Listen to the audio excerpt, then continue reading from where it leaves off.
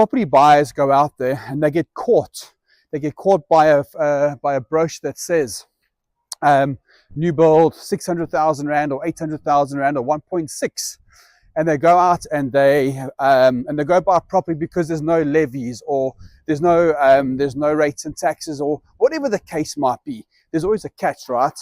And they buy a property, not realizing they've actually bought themselves a liability. But it all looks good on paper, right? So does property still work in South Africa? The answer is yes, if you do it right. Yes, it will work if you buy below market value, if you buy positive cash flowing, if you buy in the right entity. And that's another subject I'll be posting again around what entity to buy your property in, because again, most people get that wrong. So property will work if you buy it right.